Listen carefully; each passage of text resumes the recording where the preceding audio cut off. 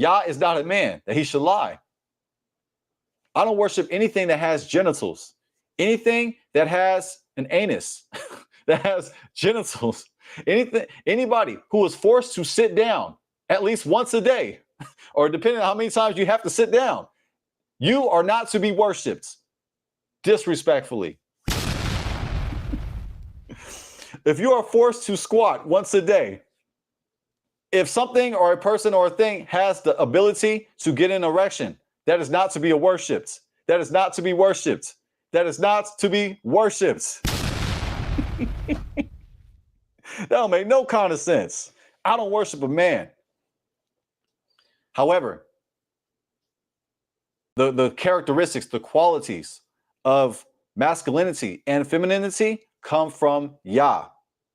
Even though I don't worship an image, I don't worship a man, I don't worship a woman, I don't worship a black man, I worship the Most High, Yah. All glory to our great King.